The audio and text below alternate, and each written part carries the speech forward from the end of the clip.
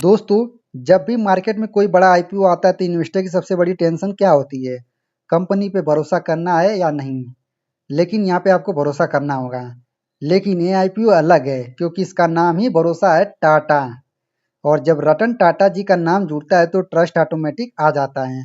तो चलिए आज हम बात करते हैं Tata capital main board IPO की, जिसमें पैसा रिस्क क्यों हो रहा है, कंपनी के मजबूत पॉइंट क्या है और आपको इन्वेस्टर के नजरिए से देखना चाहिए।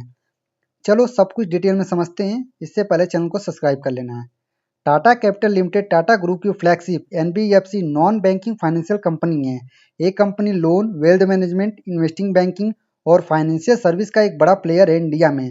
सिंपल शब्दों में बोले तो अगर आपको home loan, personal loan, car loan या फिर इन्वेस्टमेंट सर्विस चाहिए तो टाटा कैपिटल एक वन स्टेप सोल्यूशन है। सवाल आता है, आईपीओ लाया क्यों जा रहा है? चलो, कंपनी का मेन फोकस है कैपिटल बेस को स्ट्रॉन्ग करना ताकि लोन बुक और बढ़ सके। डेप्ट रिड्यूस करना क्योंकि करंटली डेट पर इक्विटी रेशियो 6.6 है जो काफ़ी हाई है। और तीसरा, बिजनेस एक्सपेंशन और डिजिटल सर्विस को और अग्रेसिव तरीके से स्केल करना। कंपनी के कुछ स्ट्रेंथ हैं जो कि मजबूत पॉइंट है, चलो देखते हैं क्या है। टाटा ग्रुप का ब्रांड ट्रस्ट, जहां पे लोग सिर्फ नाम से इन्वेस्ट कर देते हैं। डाइवर्सिफाई फाइनेंशियल सर्विस, रिटेल से कॉर्पोरेट तक का सेगमेंट कवर है। Strong market presence, 13.8 lakh crore के ऊपर market cap. Technology adoption, fintech style landing और एआई ड्राइवन क्रेडिट असेसमेंट। चलो आईपीओ का डिटेल देखते हैं, उसके बाद आपको सबसे मजबूत पॉइंट केपीआई बताएंगे। आईपीओ 15,511 करोड़ 87 लाख का होने वाला है दोस्तों। इसमें ऑफर फॉर सेल और इसके अलावा फ्रेश इशू दोनों आए हैं। यह ओपन होगा 6 अक्टूबर, क्लोज होगा 8 अक्टूबर, लॉट पे आएगा 9 अक्टूबर और लिस्टिंग होगी 13 अक्टूबर सोमवार के दिन, याद रखिएगा। फेस वैल्यू 10 रुपये प्रति शेयर है। इशू प्राइस बैंड 310 से 326 रुपये प्रति शेयर है। एक लॉट में 46 शेयर्स होने वाले हैं दोस्तों। लिस्टिंग होगी बीएससी और एनएससी दोनों जगह पे। आईपीओ के लॉट साइज की बात करें गाइस तो रिटेल कैटेगरी में अप्लाई करोगे तो मिनिमम एक लॉट के लिए अप्लाई करोगे तो 46 शेयर्स मिलेंगे, अमाउंट 14,996 है। मैक्सिमम 13 लॉट के लिए अप्लाई करोगे तो 598 shares, amount 1,94,948। Minimum HNI category यानी कि स्मॉल एचएनआई में 14 लॉट, मैक्सिमम 66 लॉट। और बिग एचएनआई में मिनिमम 67 लॉट के लिए अप्लाई कर सकते हो, जिसमें आपको 3,082 शेयर्स मिलेंगे, अमाउंट यहाँ पे दिया हुआ है।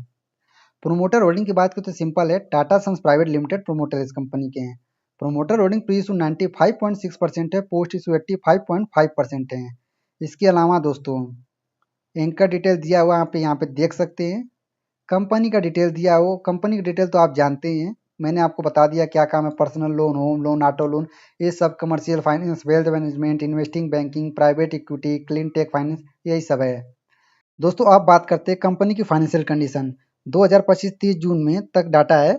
Assets 2,52,254 crore, total income 7,691 crore, profit after tax 1,040 crore, EBITDA 5,565 crore, net worth 32,761 crore, reserve and surplus 29,260 crore. इसके अलावा टोटल बोरिंग 2,11,851 करोड़ का है। दोस्तों मार्केट कैप की बात करें तो 1,38,382 करोड़ 73 लाख का है।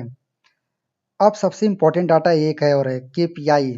आरओई यानी कि रिटर्न ऑन इक्विटी 12.6%। मतलब कंपनी अपने शेयर होल्डर के पैसे पे 12.6% का रिटर्न कर रही है।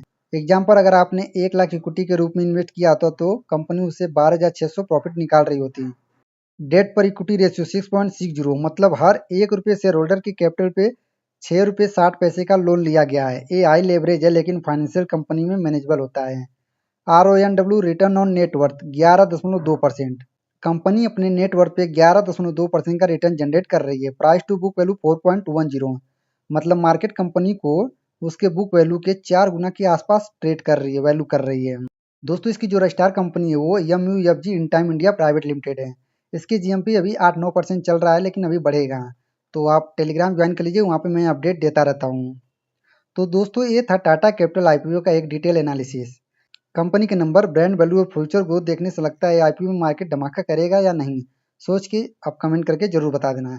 लेकिन फाइनल डिसीजन आपका है, आपको वैल्यूएशन और अपनी रिस्क एपिटाइट को देखते हुए अप्लाई करना चाहिए। आपको क्या लगता है, क्या ये आईपीओ ओवर सब्सक्राइब होगा या नॉर्मल रिस्पॉन्स आएगा? कमेंट करके जरूर बताना। और हाँ, वीडियो पसंद आई तो वीडियो को लाइक करो, चैनल को सब्सक्राइब करो। मिलते हैं अगले वीडियो में, तब तक के लिए हैप्पी इन्वेस्टिंग। जय हिंद, जय भारत।